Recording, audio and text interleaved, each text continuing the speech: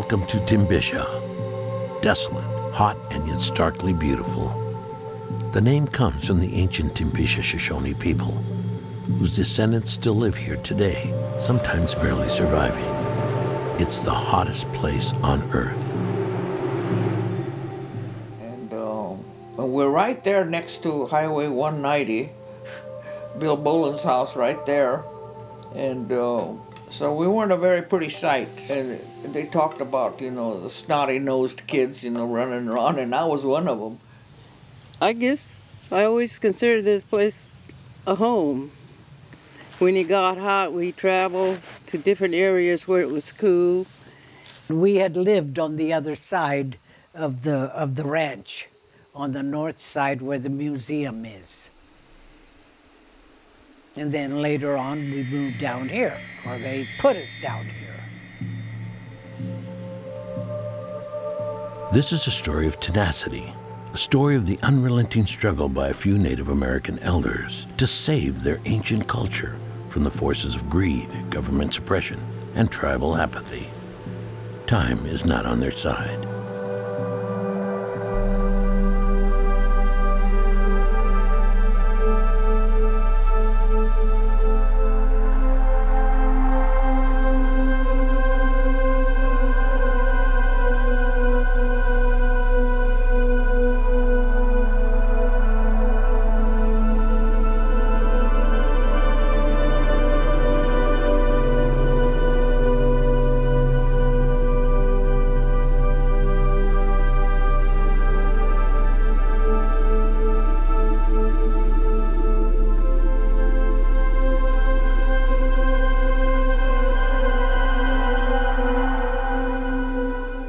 When misguided gold seekers stumbled into this valley in 1849, they thought the place was uninhabitable. Surely no one could live here, they said, and referred to it as Death Valley. The name of Death Valley to us is Timbisha. It's named after that formation that you see in that direction there, and that is the red ochre in there that they used to paint, to brought it down into a paint form that they used very spiritually. It was to protect them, and also they believed that that protects the whole valley. Pauline, I've known her since I was about 12. I know full well what's happening down here with the Timbishas and with Pauline and them, and their road has been.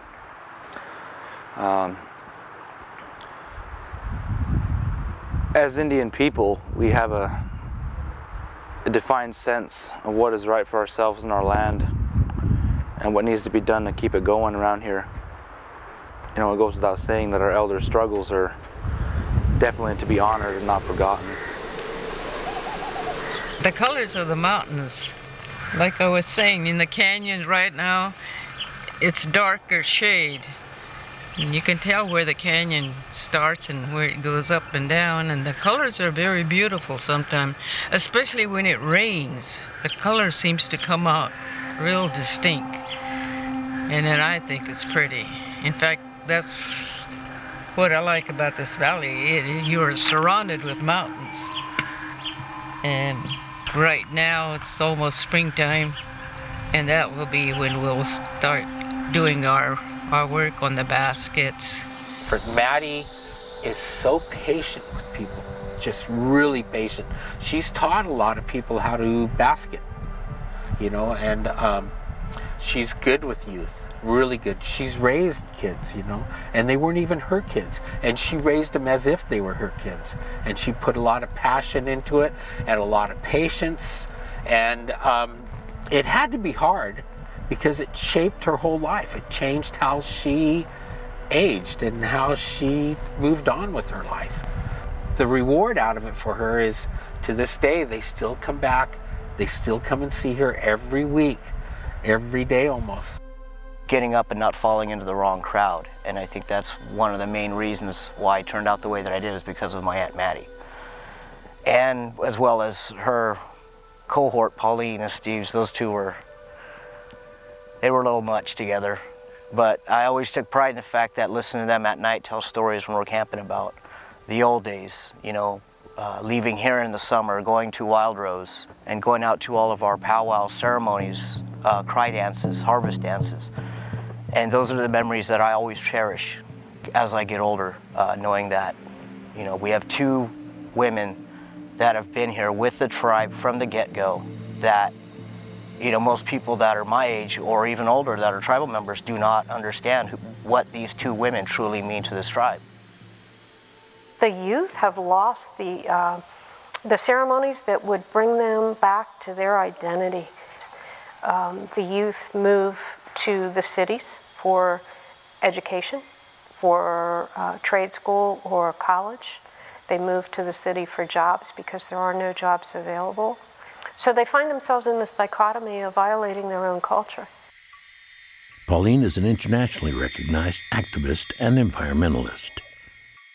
Maddie is an artist and basket maker, one of the last members of the tribe to carry on this ancient art. I think it's important to have people do basket work, because it's going to be lost if we don't keep it up, just like our language.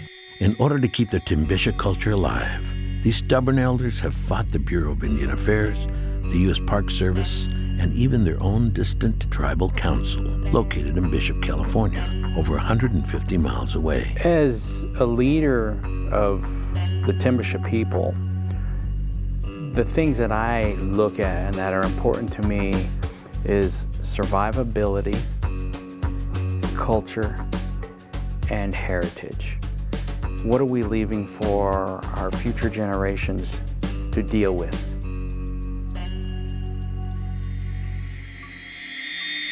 Furnace Creek and its life-giving springs have been the sacred ancestral home of the original 13 Timbisha families and their descendants. Beginning in the mid-1800s, the Timbisha people were forced to relocate numerous times and even threatened with total expulsion from their homeland.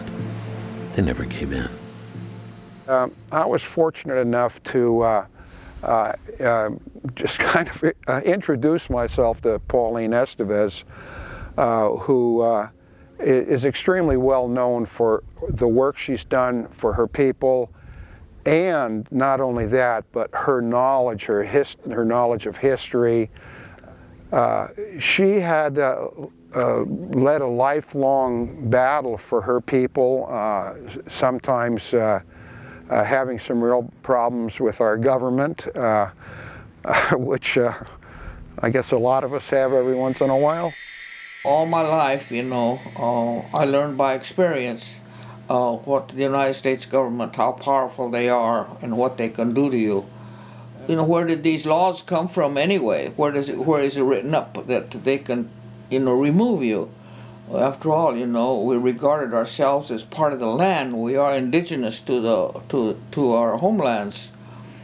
So that's what happened, about with the Park Service. They didn't want us around here. So when the Rangers came and decided to flood us out, tear down these homes, well, they tore that one down there. They watered it down. People that wanted to live in there, they had no place. Yeah, they did that to quite a few of these homes. They just tore them down. Yeah, they tried to get rid of us. That's why they put us in the sand. But my gosh, we're not gonna move. We'll just stick it out. My elder said that, who do they think they are anyway? If they don't want us here, if they don't like us, so why don't they just move somewhere else? And they told us, no hunting, no more bighorn hunting, or don't be getting the rabbits. My mother used to have a little trap line going, for rabbits, and I enjoyed that. Early in the morning, I could hardly wait to go, walk the line, and we'd get our rabbits that way, and we'd share everybody with rabbits, Everybody would have a rabbit to eat. And then we'd go look for some chakawallas up in the mountains, and we gave some away to different people that wanted some. But anyway, sneaking around, for the bighorn sheep, my brother did that, him and his cousins, and they got away with it. Nobody found them. And they've developed a life cycle where a certain time of the year they're at a certain place, it's another time of the year they're at a different place. So it's like a great big cycle. Why they're doing that is that they're going from one resource to the other that's available at a certain time of year. You come down here at a certain time of year, the mesquite beans are just profuse on the trees around here. But it's starting to get warm, and when you're down in that valley and you're talking 120 some degrees, maybe pushing 130 quite frequently. It's not the most idyllic place to stay. So what the Timbisha have done for untold years is they go to altitude where it's cooler and where the pinyon pine trees are, and they gather pinyon nuts, which is one of their staples. And we'd sneak off up into the mountains to go pick our pine nuts, and the rangers would see our tracks, and they would be looking around for us, and we'd be laying right there underneath a tree, and their old vehicle just passed us by, and we'd laugh, because we never parked our vehicle right where we're going to be picking. We parked it further away. And then we took off into the back country and circled around. Then we see them coming in, and they'd be looking around for us, looking for tracks, Our vehicle's way up there, because we weren't supposed to pick the pine nuts. We weren't supposed to pick the willows either for making baskets and all this kind of stuff. And nothing like that. But 78 came along with a law, the American Religious Freedom Act, for the Indian people, and so then we stood on that, and so then we were allowed to pick some willows and stuff like that with their permission, and my elders, they didn't like that. I didn't either, and we said we don't need that slip of paper. And as my elders are saying, for me to destroy it, and I am going to destroy it. And I ripped it up and threw it away. So that's what happened to us. We were controlled by the Park Service. And we stood our grounds, and we stood on who we were, that we had our own songs, our own language and everything. We were told to stop having those dances at the middle of the night. This is... make hooping it up, make a noise, when we're dancing, when my elders are dancing, doing the round dance, that's all Indians do that, friendship dance, whatever you call it. And that's what it was. It was a friendship dance that time. And they had a little feast to begin with, and they started to dance that night. And they said, we'll dance till midnight. And the ranching people, by that time, they're bringing in tourists and all that, and they could hear us. And that was very disgraceful, and they told the people to stop that. Over there on the north side of my place here is where they used to have hand games and circle dances. And we had some up here too, quite a while back, I don't know how many years ago, and they had a big circle dance up here. I guess they used to do that, but right now there's hardly anybody around here to do all those things. Because our members down here in Death Valley is kind of small right now, and we don't have the people to do all those stuff. You think that'll change soon? Well, I hope so. If it does, it'll be a much better place for the people. Yeah, elders. We focus on elders. Elders get birthday money every year. Since we've been getting gaming money, when their birthday comes around, we send them a little piece of it. And everybody who's a member of the tribe gets a birthday card when their birthday is. That month we send them a birthday card. They all get newsletters. The elders get blankets. Well, Pauline, he says, you got a blanket. I said, what blanket? He said, the Pendleton blanket. And that's supposed to solve the whole thing. We want them to know that we care about them.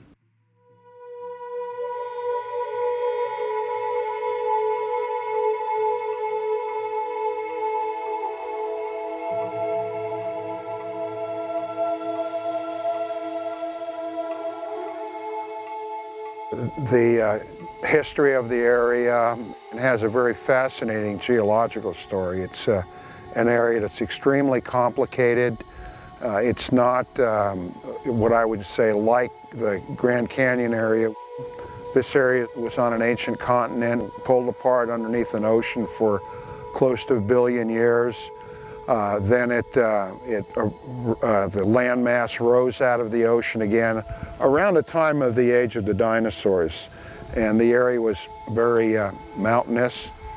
And as time progressed, the mountains eroded and became a plain area. And actually the area looked like an old savanna like you would see in Africa.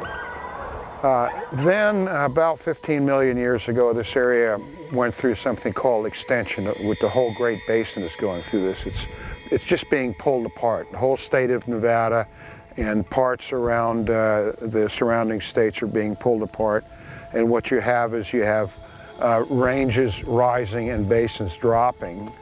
So when you come here to Death Valley and you see the mountains here, you'll notice the mountains are tilted and you'll see a lot of different layers in there. So you see very old rocks that are exposed because of that extension. The interesting thing about this area here, like I say, it's not just the geology, but it's also the climate. And now people think of it as being just a hot, dry place. Most people I run into think it's just a whole big sand pile. This area is not just one sand dune after another. We have elevation at 282 feet below sea level at Badwater and going up over 10,000 feet at Telescope Peak. Sacred legends and mystical stories have been passed along by the Timbisha and all Western Shoshone people since the beginning of time.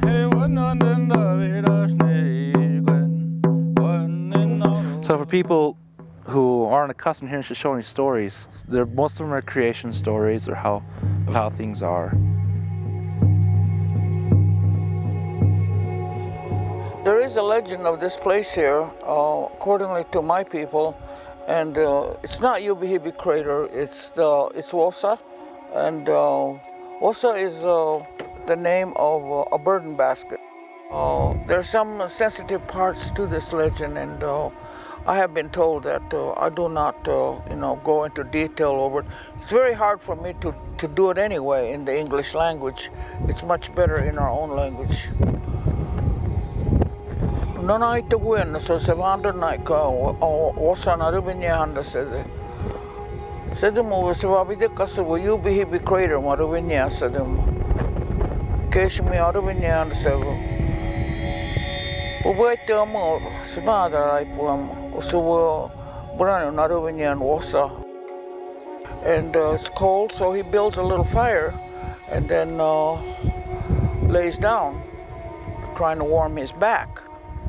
And he's laying there, and the basket catches on fire, and all the people then ran away and went into the different areas, up into the different canyons in all 4 directions. Then he finds out that his basket is on fire, burning his back.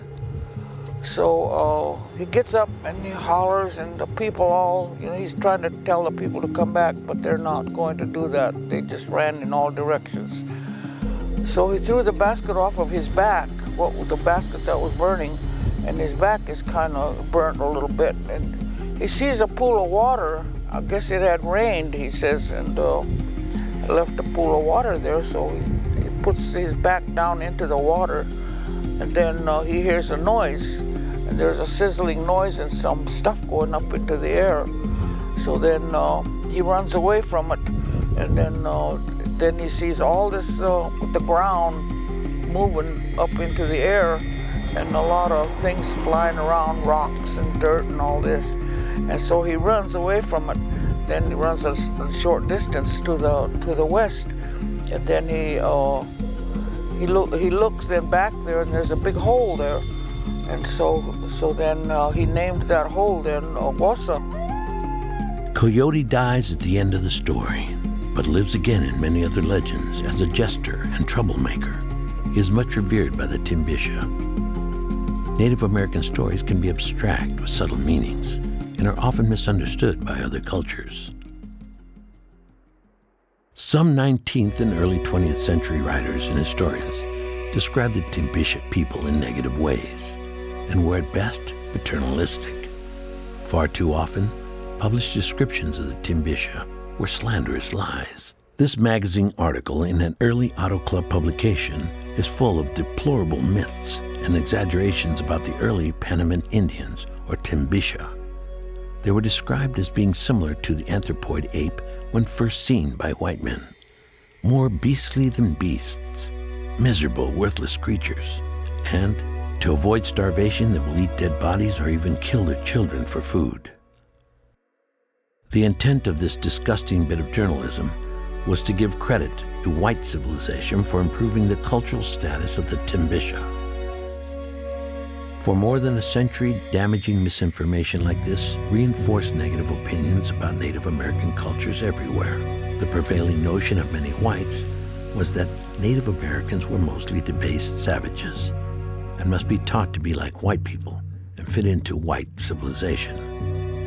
Along with other living elders, Pauline is directly linked to the history of the Timbisha people. As a child in the early 1930s, she lived with her family in the traditional way near the springs of Furnace Creek Ranch. Having a person who has lived that history and lived through the really hard times, they didn't have, modern living facilities. So I was born right here in the valley in Furnace Creek, where the post office is located. What I remember is that the moving of us, due to the encroachment of these miners there, they needed space, so they told us to move up Furnace Creek, and there was a creek that was man-made, going down into a pond that the Indian people had built themselves. In history, it's written up in some history writings, that a natural oasis they found. It wasn't a natural oasis. It was built by my grandfather's people to be used for the wildlife, attracting migrating birds, so they could use it for food, and like ducks, that passes on through the valley. And this one was to hold a reservoir where they was going to have a sort of like a community garden site there. And they did grow things there. It was abundant with the growth of the arrowweed, which people used for shelter. And they threw water over it. Since they were living there right by the stream, they had an abundant source of water. And watered down the floor, within the shelter to harden the ground. And this it hardened up where you could actually sweep it, and then to throw water on those bundled up arrowweed that made their shelters. It was constructed with them, and they became saturated with water. So in the summer months is when they did this, so it would be cool inside of the shelter. So they left the little babies in there, and the little guys and the old people, where they could stay cool. But I forget how many years we lived up there in the creek. And finally we was told to move again. So we moved where the visitor center is now located. And I forget what year it was, but I think I started school from there. And there was a little school there, one-room school, and of course we was told, when we were in grammar school, not to speak our own language, to start speaking English. So 1936 came along. By that time I'm about 11 years old. And so we were told then to move. Some people, said we're not going to move. It says, we've been moved before, we're not going to move anymore. They said they were going to build us some homes down here. And what they built was these homes, and a lot of the people, didn't like it because they said we weren't meant to live in mud. This is mud, dried up mud. We never used mud to live in before. We never knew, that the Park Service really wanted us out of here. They never told us that they never told my people that they had a policy that there was supposed to be no Indians, no reservations, living within within the national parks or national monuments. As difficult as Pauline's early schooling was, life soon became unbearable for her younger brother Ed and thousands of Native American children across the country when the Bureau of Indian Affairs began rounding them up and sending them away to Indian boarding schools. They were forced to abandon their native culture, language, and spiritual beliefs to become, quote, civilized. And Stewart Indian School was, it was not a very pleasant place. The idea was to have the young Indians disassociate themselves from their culture. They would not be allowed to speak their language. They would not be allowed to sing their songs. They would not be allowed to dance. They marched from place to place. It was like, like being in boot camp. Not very pleasant. I remember my friend George Ross and Pauline's brother, Ed, when they were young men, they had to go up to, they forcibly had to go up to Stewart Indian School. Well, my friend George, he's Southern Paiute, he escaped one time and they caught him after a while. He was up in north of here working on a horse ranch.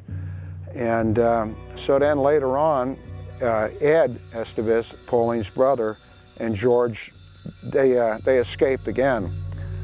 Fortunately for those two guys, they got away this time.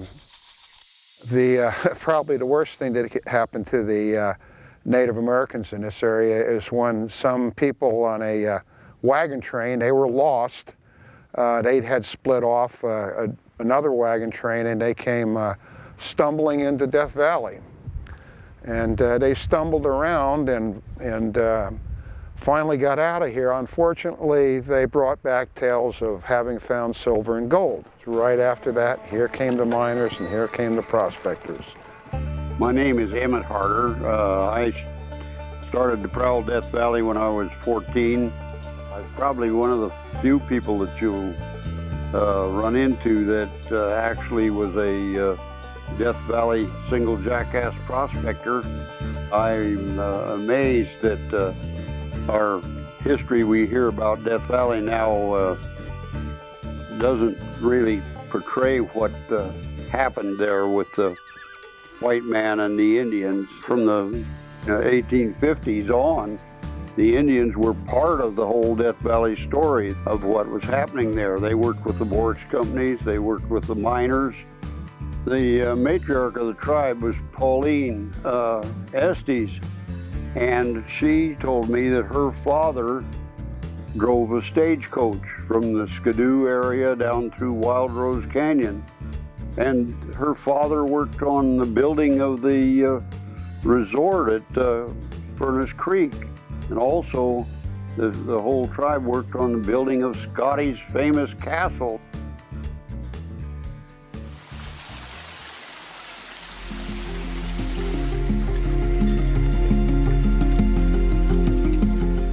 For centuries, Timbisha basket makers have gathered and used various native plants like bulrush to create the intricate designs found in their unique baskets.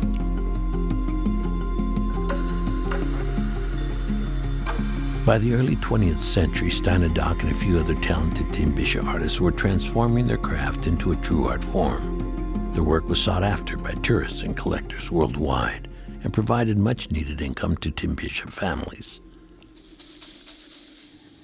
Basketry is handed down to, people, the generation after generation, and they made certain kind of basket to cook in, to bring water home in those water baskets. And there's a basket they call winnowing baskets, which used to separate seeds from little rocks or little sticks. And then they made baskets too, to sell to people. At that one time, they were doing that just so they would get enough money to buy whatever they needed. Well, I was teaching 3 of the girls here. Oh gosh, I'd say about 3 years ago. Okay, well, let's. You've got some baskets to show us. Why don't you show us some baskets? It's a sample basket. As you can see, it's got different colors in here. The bottom is devil's claw. The black is devil claw, and it's kind of orangish, and the brownish color is Junkus. I forgot to tell you, my grandmother's name was Dinah Dog. And this was her basket that she made in the early 50s.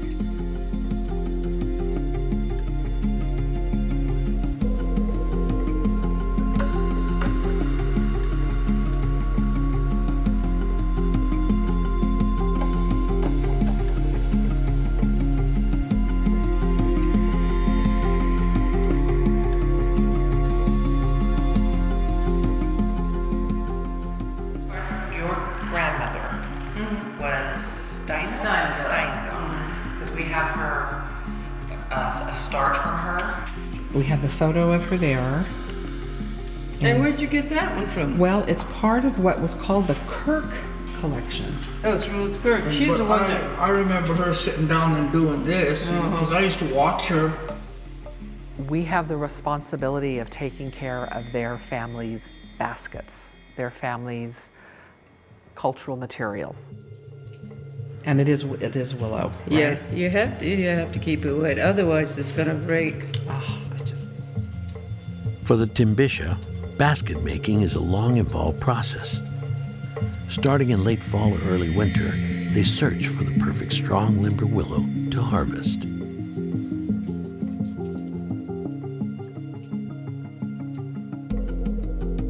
Next, they carefully strip off the bark and size the willow branches into what they call wefts. They are then stored away until spring, when it is warmer and they can start the weaving process. I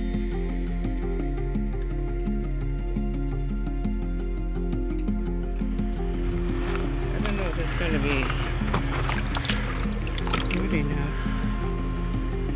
These are the small ones that we use to get started. Whoops, broke that one. Right at that weak spot. It's kind of fun in a way, but you can get pretty tired of it too. Like right now, I'm getting pretty tired.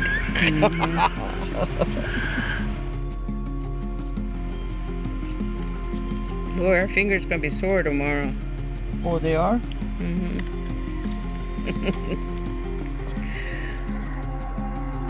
And I'm not a twiner. I found that out. I start off so good and I'm just going along real good. Oh boy, I'm thinking I've got the hang of this. Before I know it, I lose it. And then as soon as I get things straightened out, I'm going to start teaching again. Because some of the ladies, they still got their baskets, they're not even finished. So they're hoping that maybe we'll finish it this year or so. Pauline's worldview and activism developed early as she became aware of the mistreatment of all indigenous people in the environment. The Europeans, with their way of life, they interfered with our culture. And during my school years, it was always, doing essays on the environment and the Native Americans. When you talk about the environment, you are talking about Native Americans' concerns and their way of life. Whenever I've talked to some Indian people, it's almost impossible to answer because they can't separate their culture and their spirituality from the environment. So if you ask a question about an environment, you come up with all these spiritual and cultural things because they're together. The whole ecosystem, in other words. And when you talk about indigenous people, we are indigenous to this continent here, and then also we recognize other indigenous peoples. Pauline's concerns grew stronger when she saw the mistreatment of Japanese Americans during World War II. The Japanese people, how they was, all put into what I call concentration camps throughout the different states. I thought that was all, prejudiced actions just because the American people was at war with Japan. In 1974, the Bureau of Land Management charged two Western Shoshone ranchers, Carrie and Mary Dan, with illegally grazing their cattle and horses on public land. According to the Ruby Valley Treaty of 1863, the Western Shoshone never agreed to give up their lands. Because we had the treaty which protected our lands. This is what they thought, that they never ceded their lands or their rights. And the treaty never does talk about, that they have lost their land rights or no. We just gave them the right of passage. Soon, the Western Shoshone National Council stepped in to help. We had to protect it from the BLM and part of the Forest Service. They were taking the cattle, rounding them up and taking them to Reno. They were telling the dance sisters they were overgrazing and owe them lots of money. Pauline was outraged. The BLM's action against the dance sisters sparked a fire of activism within her. She became a member of the Western Shoshone National Council and fought for many Shoshone causes. Pauline went on to become a highly respected international activist. When she spoke out from her heart to the people, and she was a real good speaker. She spoke out for what she believed in. And I acted, on behalf of the Native Americans, not only just for my own people, but I was thinking very worldly, and that is the way that I was taught to believe in. That type of thinking of the environment and the Native Americans, that has always been me, that I was born into it. It all goes back to our grandparents. They're the ones who had the struggles. All these people who were out there fighting the good fight on behalf of the Shoshone Nation for our rights, our land, our water. They went through a lot. So anyway, I started to give presentations on the destruction of the lands, and then furthering the activism. Me and some other speakers, indigenous people, would travel together and to give our presentations against the nuclear weapons testing, and went abroad into to different countries, into Europe, all over. All the other countries was present there, but not the United States. The Timbisha people were exposed to the extremely dangerous effects of A-bomb testing at the Nevada test site. We found out about the atom bomb. We could see it, being tested over here nearby in Nevada. Living over here, we could see all the lights. We could feel the tremors, and we could almost hear it go off. They were never warned. They were never told. It was, we'll do a test. Well, what's a test? But they weren't told what it was. And she describes these beautiful clouds, and she describes the explosion so loud, and several people do, that the buildings would shake. And then the mothers and daughters would say, go outside, because they would think that the building was going to fall down. So they would go out. I really strongly believe that throughout those years, the nuclear testing and all that it did bring about a lot of illness, a lot of conditions, such as cancer and all that. At that time, cancer was almost unknown, and now it's become #1 issue when it comes to the health conditions of people. People that lost children, babies that, one person lost like 3 children under the age of 8. I mean, there weren't any fences around the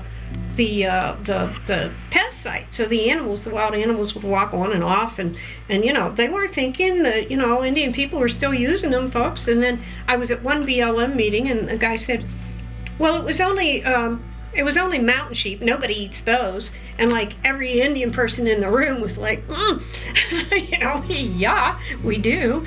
They talked about the smelling this deer coming down the valley. I mean, from quite a distance. I can only assume the boils, the what had happened to their skin. And it appeared that he was all full of antlers. There was too many sticking out of his skull. And then later on, I found out that he had escaped from the herd that was over there in Nevada test site. There were so many stories about stuff like that. And what was really appalling was that nobody ever told them. Nobody ever told them. In the 1980s, Pauline and a few other Native American activists began a monumental effort to win legal recognition for the Timbisha people in the U.S. Congress. When the land base began to be worked on, it was the Homeland Act that was being worked on by by Pauline, who was now the elder, and then, you know, with Mattie Steves and Grace Goad, and also Barbara Durham and Richard Bolin were all involved. After we educated them as to who we were, then they finally decided they'll sit at the table with us and talk, nation to nation. We just got tired of being moved to different areas and people saying, oh, we're going to lose our place, In the year 2000, the Timbisha Homeland Act was signed by President Bill Clinton, which was monumental because it recognized over 7,000 acres of land that was also put into trust for the Timbisha for their use, for our use. Park Service was very reluctant at the time. They said we would never get any lands within the park or even outside of the park. But we succeeded in doing that. Things were looking up in 2000. I mean, we started moving forward with, doing some of the things that we had planned in the Act. One was the community building that we're in right now, and the offices next door. And so, it'd be good to be able to tell the stories about Timbisha and what, what Timbisha means and what it means to us as a people.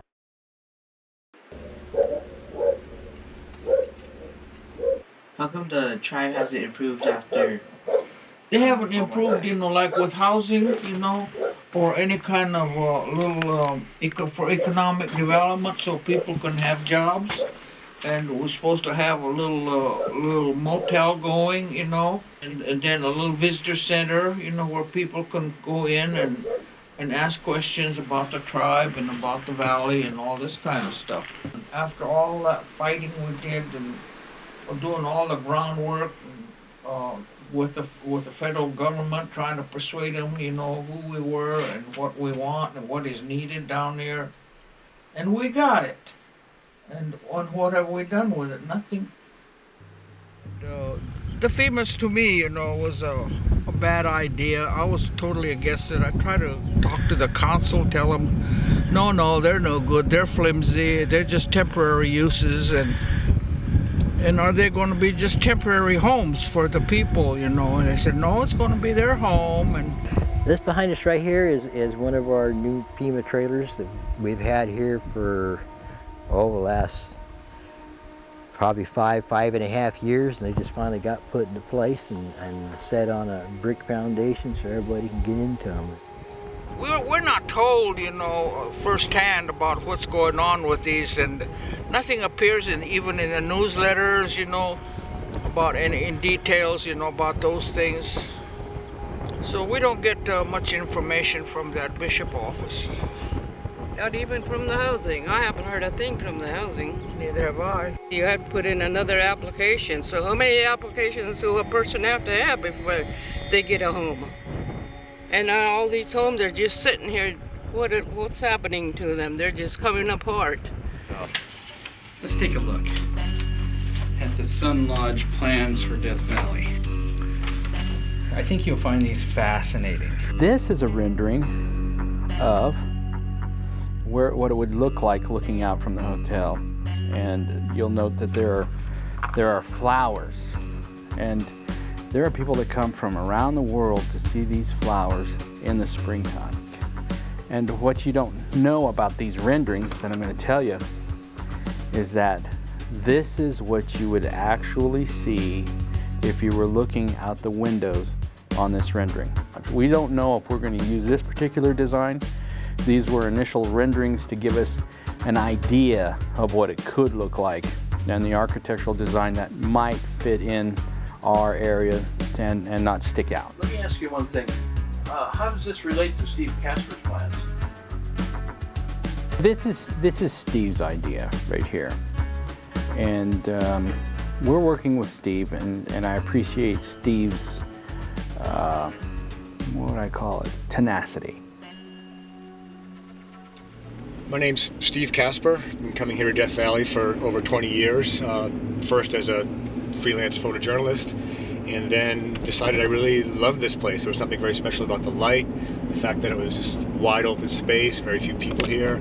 So decided to start a guiding business and do guided tours here. But there's a certain percentage of my clientele that don't want to camp, so I decided to try to develop some motel-based, lodge-based trips here in Death Valley. Because the only options for us to do lodge-based trips are the two developed facilities here in Death Valley, Stovepipe Wells and Furnace Creek, and those are run by corporations, and the money that we spend there goes to those corporations and not to the tribe, and it just didn't seem quite fair. So I got talking to people here, and the idea was to build something here.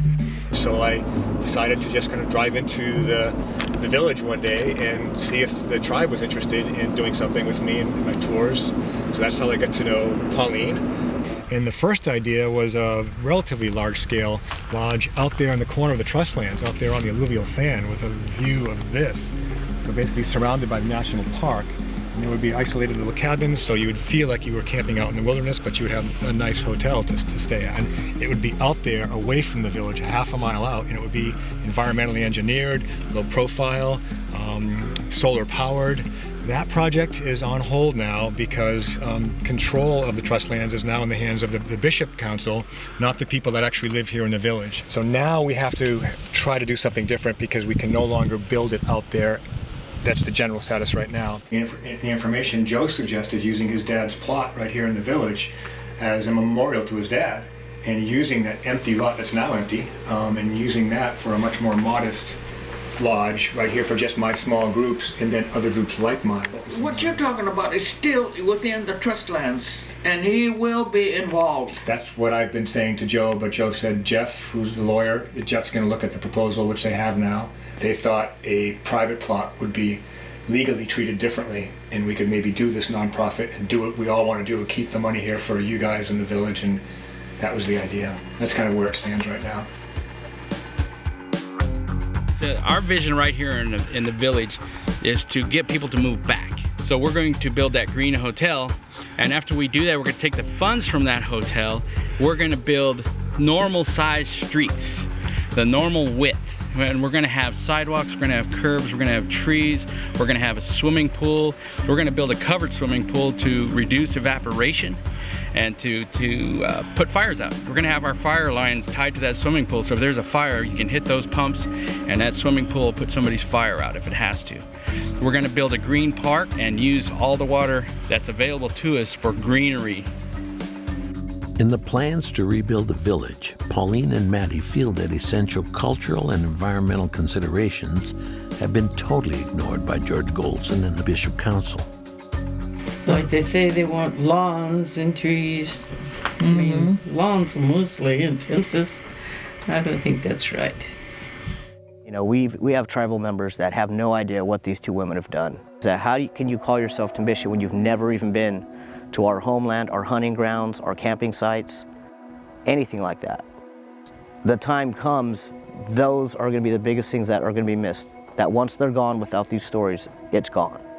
Who's going to be here to carry on the legacy? Who's going to be here to stand up for this community? You know, I never gave it a thought, you know, what it is to become an elder in the future when I was younger. I just did what was necessary and just kept on going and tried to focus on the future. Yeah, some of them, they're not interested. Like in the basket, I had tried to ask about 3 of the children that was here, and they said, yeah, we'll do that. And then they never showed up.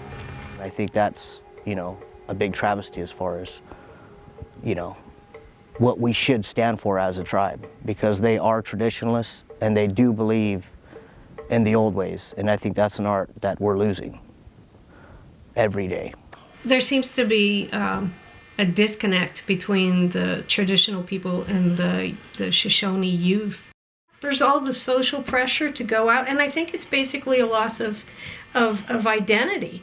And now this whole acculturation of these kids. You know, they have to live in both worlds. What is that? Oh my gosh. I mean, they can't just live here. This community has a lot of tragedy within it. A lot. When I first started, people drank here heavily. I mean, there was always a big party going on. There was always somewhere somebody was partying, especially as the weather got warmer. They were out. I mean, and I knew they were partying, and you know, being an old partier myself, growing up, you know, it's just part of their lifestyle. It was. It's not now. It's pretty good that out of all the youth that were here, that only one ended up in prison. We're the result of years of Americanism, and it's a battle. When you're growing up in the city and where I was at, you didn't have this. You just had to school every day, see everything else, all these other influences, and none of them are Indian. Do you think young Timbisha tribal members are concerned that once the elders pass on, that information, that knowledge, that culture is going to be gone? Yeah, I think so. Some don't want any part of it. Young people just don't get taught as much as the elders been taught. None of the Timbisha youth living in the village were willing to be interviewed. Young people, you know, they just, some will recognize, you know, the authority of the elders, because we're the ones that has that wisdom. And some will rebel against it, you know, they'll say, oh, she don't know what she's talking about, that old lady, you know. Not all is lost for the tenacious elders. There are still some important cultural activities that continue, some ancient, some quite new. Each year when the invasion of the early white settlers is celebrated at Furnace Creek, the Timbisha make a tidy profit by selling the hungry 49ers spicy Indian tacos. Pick up that tomato that's on the floor. Good, you ran out of my bag. Go ahead, Paulie. Give you that sour look.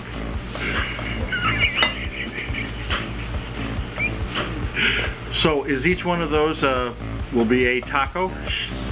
It'll be $7. After all the goodies are. Oh, I know. I can tell with all this.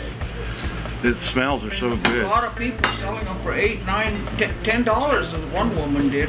So the dough sits over here to rise a little bit. Divide it up. Just use your eyes. Is the steam coming out of it?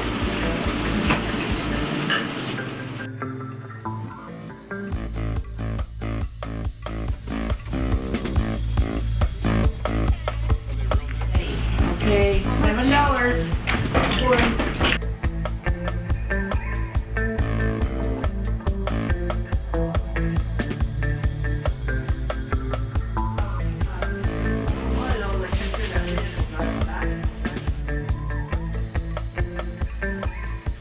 You gotta have Indian hands. They were here first, right? Right. Yeah. It is their land. Yes. And Yes, they it keep is. getting shoved around. They did. I know it. Yeah. It was just not fair, but like they say, there's a higher power.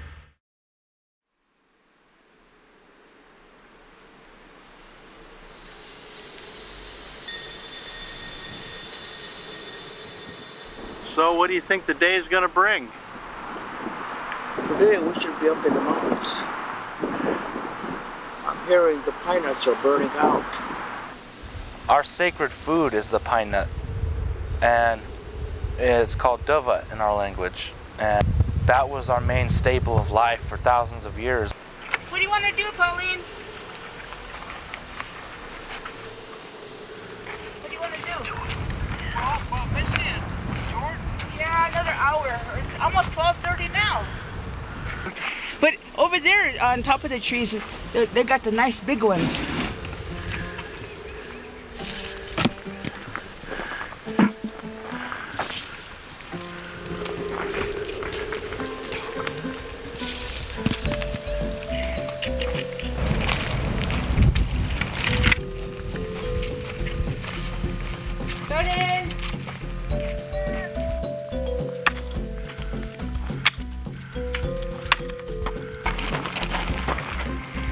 Can you get those?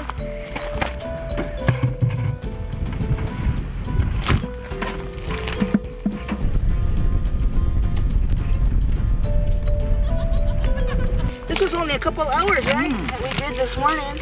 Nice cones. Those are really nice sized ones. Let's do it. Okay, all of it? Yeah. All right. The belief is that your pine nuts will be better. They'll come out of the cone, you know, real easily. It won't be so tight up against the cone. That's a tradition. No, that is Probably more to it than that, but that's what I was told. So don't drink water while you're cooking them, while you're roasting them. Okay. Okay, stick it down in there. You see? Anywhere? Down there? Right in there, uh-huh.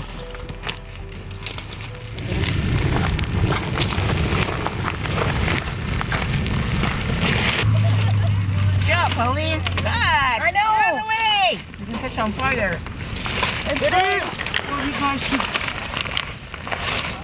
Am I on fire? No. We'd be putting you out.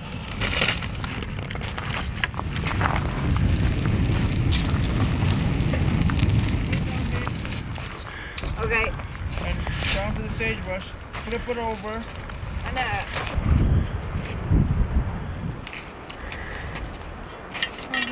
You guys getting dry?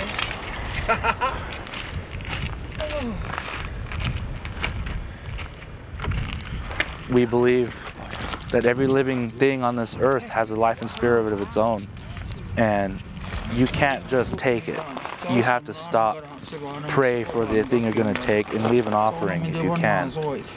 And so whenever we get done, we pray for the pine nuts to come for the next season. Maybe that they'll be in this area, or they'll be in the next area, but that they'll always be nice and big. Okay, now we can eat it. Now you could eat and drink.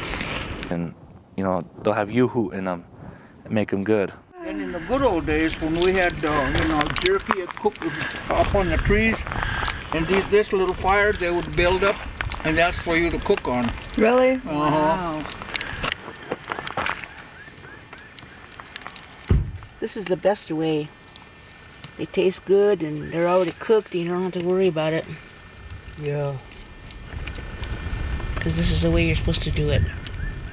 not in the microwave. Notice his boyfriend, his mom cooks it in the microwave too. Right, and I never heard of that before. Uh-huh. City people.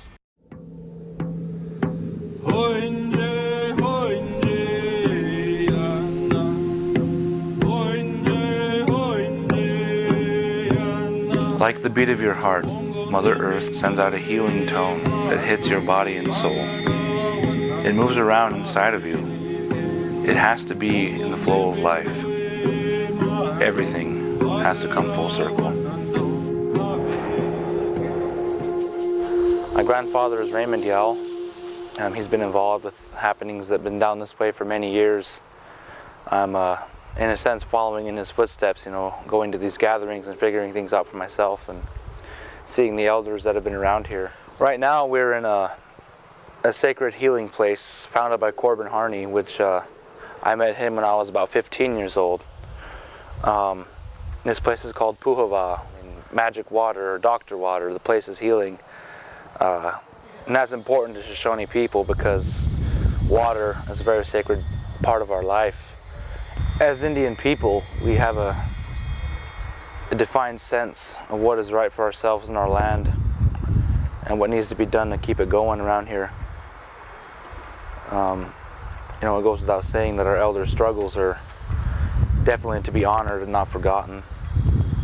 And so I know full well what's happening down here with the Timbishas and what Pauline and them and their road has been.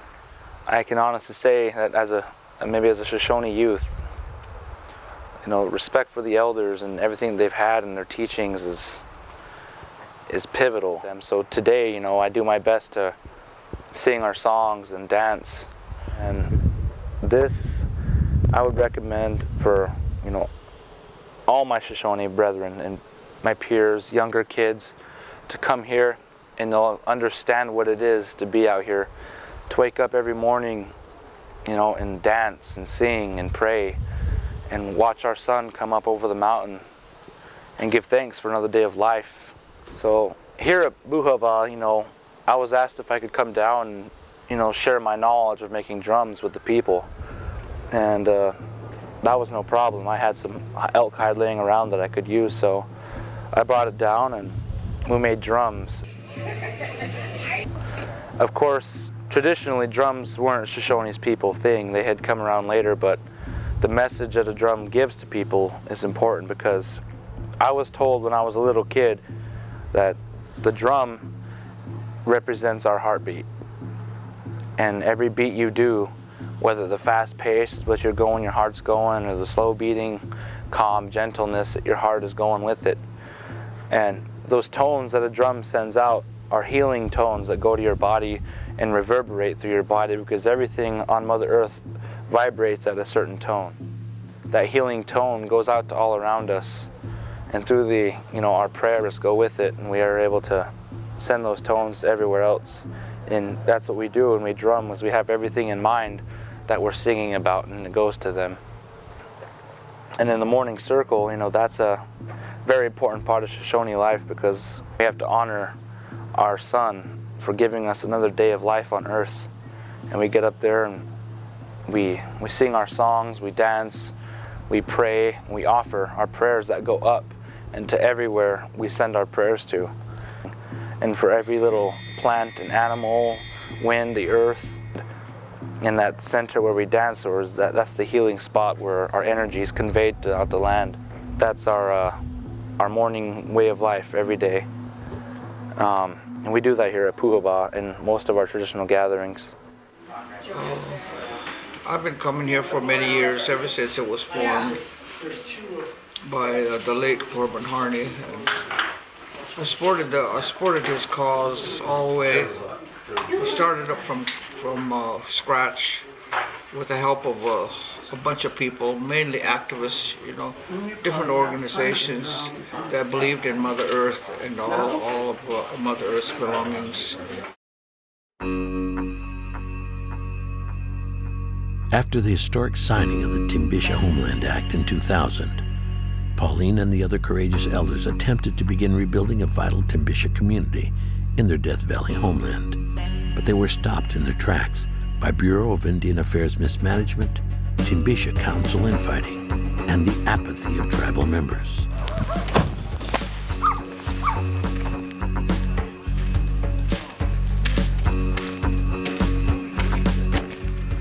There's a lot of things that have happened over the years, and it's not any one council or any one group of people. It's a conglomeration of people that I don't think they intentionally did it. I think they just did not understand how we have to function. I don't trust nobody up there in Bishop at all anymore.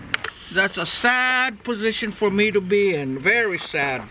And so that's how it affects me. Sure, well, it's a double then, because on one hand you're saying we don't help you, and on the other hand you're saying, well, I'm not going to call you guys anymore. So what is it that you want? Either you want your help, our help, so you're going to call us. It isn't me. Or you don't want our help. Okay, it's the tribe. It's not me. It's the whole village here. You know, they talk about it, and some will say, well, we can't do nothing about it. Well, I try to do something about it. Several other people try to do something about it. Like we said, if we could get a hold of that truck, maybe we could go pick up this junk ourselves. You know, they're not going to do it, because it's been proven to us. And then the work crew that's supposed to come down here and work on these old FEMAs, how many work crews have arrived here in the past? Not one. None. Yeah, I agree with you on that. You claim that we don't do anything, but then when we try... Well, where is it then? Give it to us in writing? We try to do stuff and you stop it. We don't want that. We'll look like traitors if we take it from the bishop office. Well, what? This is the tribe. Who are you quoting? I hear it all the time from different people in the office. You close your ears to those and do your business. It's the whole system. We fall under them. Yes, the Bureau of Indian Affairs.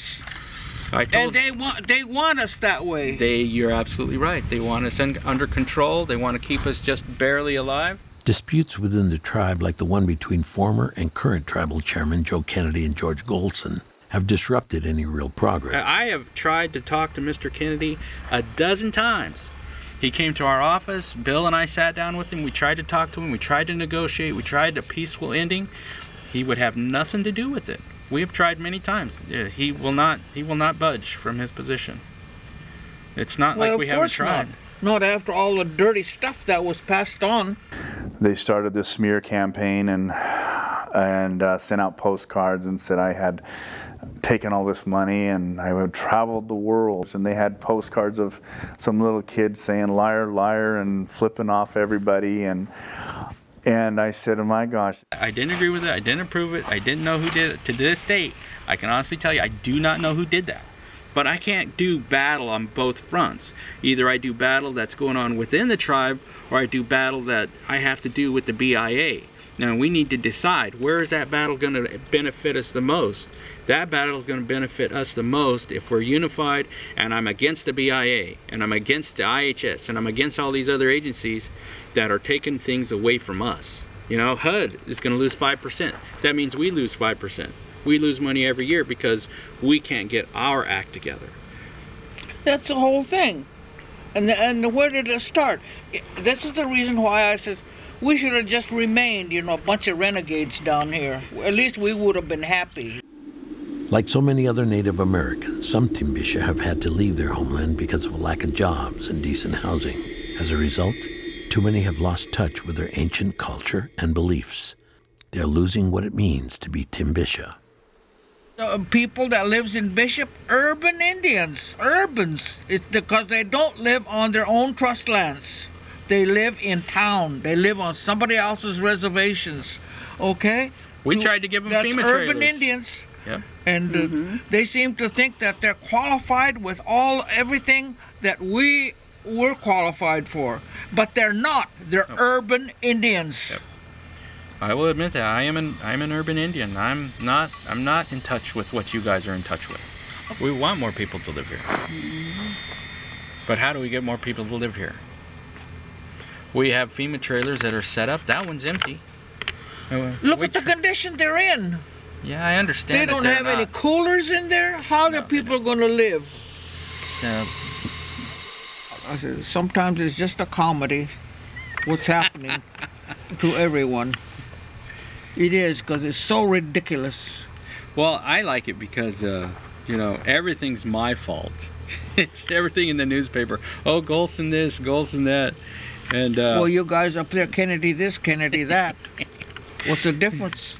Yeah, well, I guess. So Kennedy this and right. Golson this. When are they ever going to come together and talk about this thing? If you guys are interested in the tribe's future at all, do something. Joe Kennedy and George Golson are still not speaking. Jordan, Jordan, would you like to learn how to speak our language? Yeah. That's the only thing I ever wanted to do, was to teach the language. Just like you teach basketry, you know. But the language is the root of everything, because our words, you know, pertains to the land, and all that is natural. That's all it needs. That's all it needs. You need somebody that's interested in teaching and the people that wants to learn. It's going to be lost for, you know, after this generation goes. Yeah, our generation. The next generation. It's going to be lost. Like I've always said, that what I do, you know, the work I've done for the tribe is all for the future. Because that's what we were taught, to look into the future. Our way of life is a shadow among the mainstream of the world. It's the struggles of our grandparents and the struggles of our ancestors. They have to be in the flow of life. The things that they've done is something to look back on and just be astonished with, because they were out there fighting for our rights. Everything has to come full circle at some point.